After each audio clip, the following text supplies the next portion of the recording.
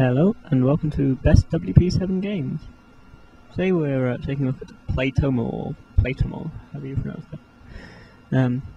As you can see already, something I mentioned in my written review, this game really wants you to synchronize it with Facebook, and it will urge you to do so at any given opportunity.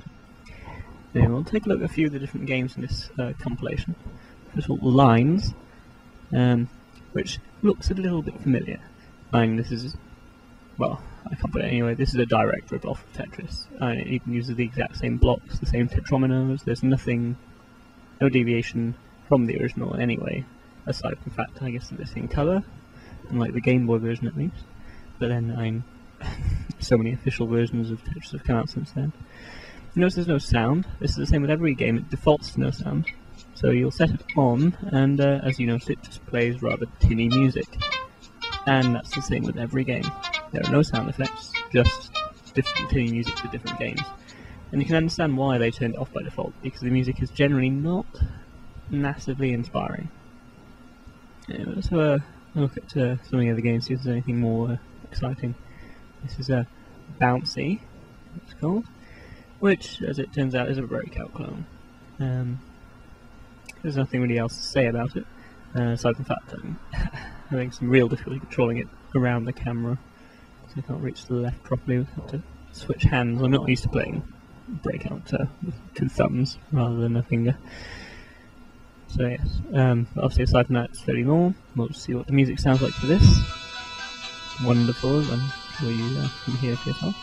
So yeah, it's a fairly standard version of breakout. There are power-ups and anti-power-ups. Yeah, not much else to say about this.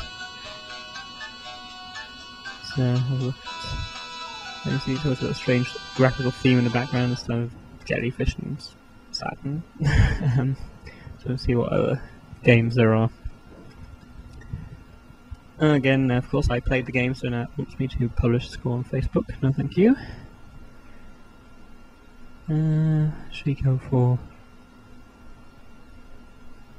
We'll try Rocket Man, which is well, you'll see, it's a fairly standard. Oh, it's horizontally oriented.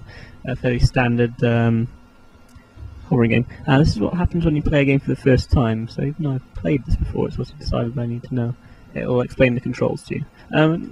It always explains quite simply and is usually quite accurate.